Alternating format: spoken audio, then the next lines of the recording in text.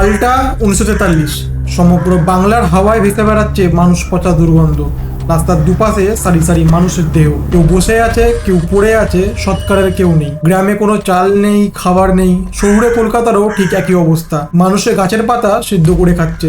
মায়েরা নিজেদের খাবার সন্তানদের দিয়ে নিজেরা মৃত্যুবরণ করেছে। বাচ্চাদের কান্নাও একসময় থেমে যায়, কারণ কাদার মতো শক্তি কারণ নেই। গ্রামের পর গ্রাম কাজের সন্ধানে কলকাতায় চলে আসে, ফলে কলকাতার অবস্থাও দুর্বিষহ হয়ে ওঠে। এই পরিস্থিতির পিছনে থাকা ভয়ঙ্কর সত্যিটা কি জানেন? সেই সময় বাংলার মধ্যে গুদাম ভর্তি চাল ছিল, কিন্তু সেই সমস্ত চালে বাংলার মানুষের কোনো অধিকার ছিল না। জাহাজে করে সেই চাল পাঠানো হচ্ছিল ইংল্যান্ডে দ্বিতীয় বিশ্বযুদ্ধ সৈন্যদের জন্য। আর এই চাল পাঠানোর সিদ্ধান্ত নিয়েছিল ব্রিটিশের প্রধানমন্ত্রী উইনস্টন চার্চিল, যাকে আমরা দ্বিতীয় বিশ্বযুদ্ধের হিরো হিসাবে চিনি। এবং তার এই সিদ্ধান্তের জন্য কোনো যুদ্ধ ছাড়া, কোনো বোমা ছাড়া 3 মিলিয়ন মানুষ মরল ক্ষুধাকে অস্ত্র বানিয়ে। যদিও এই 3 মিলিয়নের হিসাব সরকারি, বাস্তবে আরো বেশি মানুষ মারা গিয়েছিল। যখন চার্চিলকে বাংলার গভর্নররা বাংলার দুর্ভিক্ষের কথা বলে, তখন চার্চিল উত্তর দেয়, ভারতীয়রা বেশি বেশি করে সন্তান জন্ম দেয়, তাদের এই পরিস্থিতির জন্য তারা নিজেরাই দায়ী। যাকে আজ সমগ্র পৃথিবী দ্য গ্রেট ওয়ার হিরো হিসাবে চেনে, কিন্তু বাংলার ইতিহাসে তার নাম কসাই হিসেবেই উল্লেখ আছে। তাই ইতিহাস সবসময় সত্য বলে না, কখনো কখনো খুনিকেও হিরো বানায়।